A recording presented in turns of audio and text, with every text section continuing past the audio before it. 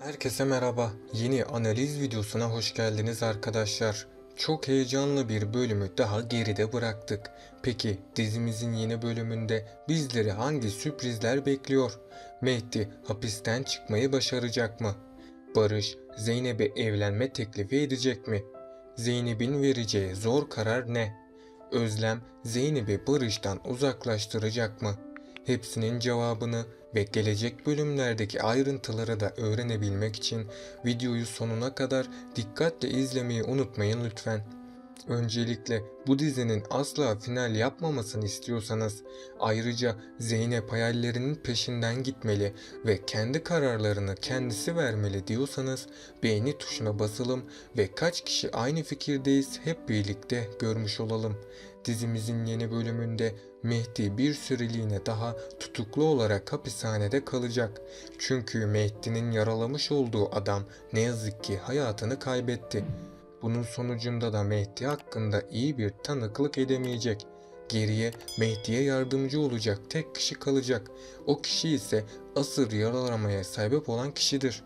Zeynep bu kişiyle konuşmak isteyecek ama Mehdi buna izin vermeyecek. Çünkü Mehdi kendi yöntemleriyle bu işi halletmek istiyor. Ama Mehdi'nin tek bir hatası onun yıllar boyunca hapisten çıkamamasına neden olabilir. Bu yüzden iki ihtimal söz konusudur. Birinci yani kötü ihtimalde tüm suç Mehdi'nin üstüne atılacak. Mehdi ve Zeynep gerçekleri ispatlayamayacak. İkinci ihtimalde ise Mehdi ve Zeynep'in çabaları olumlu sonuçlanacak ve asıl suçlu Mehdi hakkında tanıklık yapacak. Bunun sonucunda da Mehdi hapisten kurtulmuş olacak.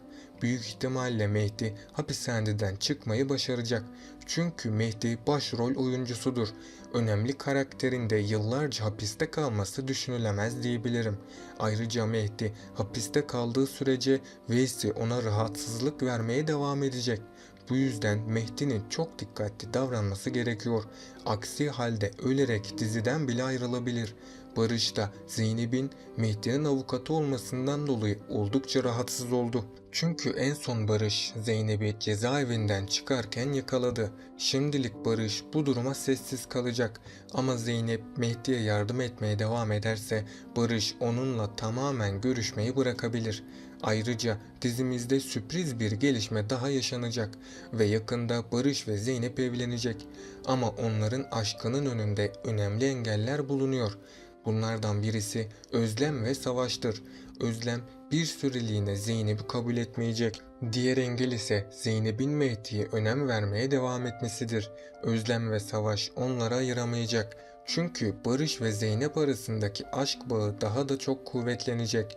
Ama Zeynep Mehdi'yi düşünmeye devam ederse Barış bu durumu kabullenemeyecek ve Zeynep ile olan tüm ilişkisini sonsuza kadar bitirmiş olacak. Zeynep de bu olanlara dayanamayıp akli dengesini ne yazık ki kaybedecek. Zeynep'in bu zor zamanlarında tek başına kalacak. Zeynep terapi görmeye başlayacak. Yavaş yavaş iyileşmeye başlayan Zeynep hatalarını da fark edecek elbette ve hayatına yeni bir başlangıç yapmak isteyecek. Diğer yandan Nermin Hanım ise eski günlerine geri dönecek. Tabii Nermin Hanım Zeynep'in hatalarından dolayı onu terk edebilir. Zeynep onları dinlememeye devam ederse sonunda yine yalnız başına kalan taraf olacak. Peki sizce Barış Zeynep ile görüşmeyi bırakacak mı? Aşağıda yorumlarınızı bekliyorum. Bakalım siz bu konu hakkında neler düşünüyorsunuz? Mehdi'nin başına gelen kötülükler bir türlü sonlanmıyor ne yazık ki. Zeynep'in Mehdi'nin avukatlığını yapmak istemesiyle işler oldukça çıkılmaz bir yola vardı. Mehdi'nin suçsuz olduğunu düşünen Zeynep, onu cezaevinde Veysi'nin adamlarından kurtarabilmek için her şeyi deniyor. Mehdi'nin çaresizliğine oldukça üzülen Zeynep, her defasında da kendisini suçlamadan duramıyor. Diğer yandan ise Nermin Hanım, Zeynep'in Mehdi'nin avukatlığına yapmasını hiç de doğru bulmuyor. Nermin Hanım davasını Barış sayesinde kazandı ve parasını geri alacak. Ancak bu hemen gerçekleşmeyecek. Barış ise hapishane çıkışına gittiğinde Zeynep'in Mehdi'nin avukatlığını yapmaya gittiğini öğrendiğinde adeta şok oldu. Zeynep'in Mehdi ile bu denli ilgileniyor olması Barış'ın da sabrını artık tüketecek. Barış, Zeynep'le yeni bir aşk yoluna başlamak istese de bunu hiç de göründüğü gibi kolay olamayacağının farkına geç olsa da varacak. Mehdi ise Zeynep'in kendi canını tehlikeye atıp mahkemede avukatlık yapmasına oldukça şaşırdı ve kendisine karşı halen aşk duyguları beslediğini düşünerek umutlanmaya başladı. Çünkü hapishaneden çıktığında gönlünü almak istediği birisini olduğunu söylüyordu. Zeynep, Mehdi'nin masum olduğuna inandığı için ona savunma avukatlığı yapmayı istedi. Barış hapishane kapısında uzunca bir süre Zeynep'i bekledi. Barış, Zeynep'in oradan çıktığını gördüğünde ise bu sefer çok sinirlendi ve onunla arasına bir süreliğine mesafe koymak isteyecek. Zeynep'i neredeyse görmezden gelecektir diyebilirim. Bu arada dizimizin reytingleri oldukça düştü.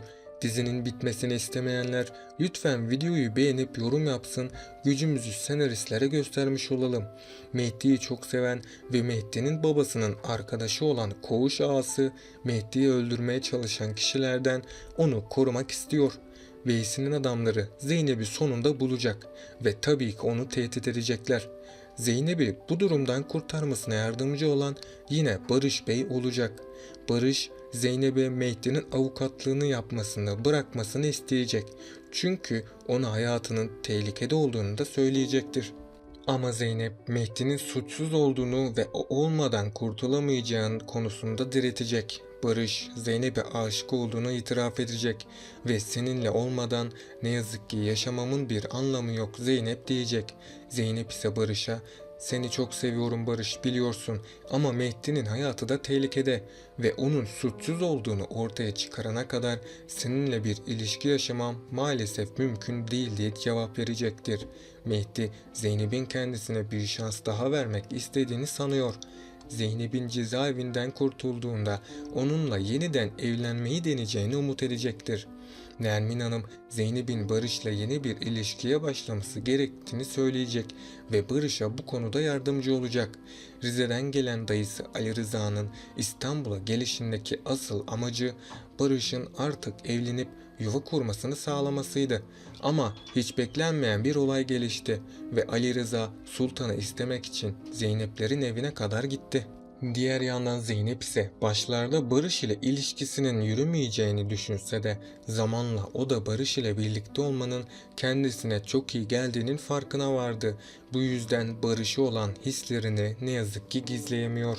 Bugünkü videomun da sonuna geldim arkadaşlar. Bunun gibi analiz videolarının devam etmesini istiyorsanız kanalıma abone olup bu videoyu beğenerek de bana ve dizimize destek olabilirsiniz. Sonraki videolarda görüşmek üzere, hoşça kalın.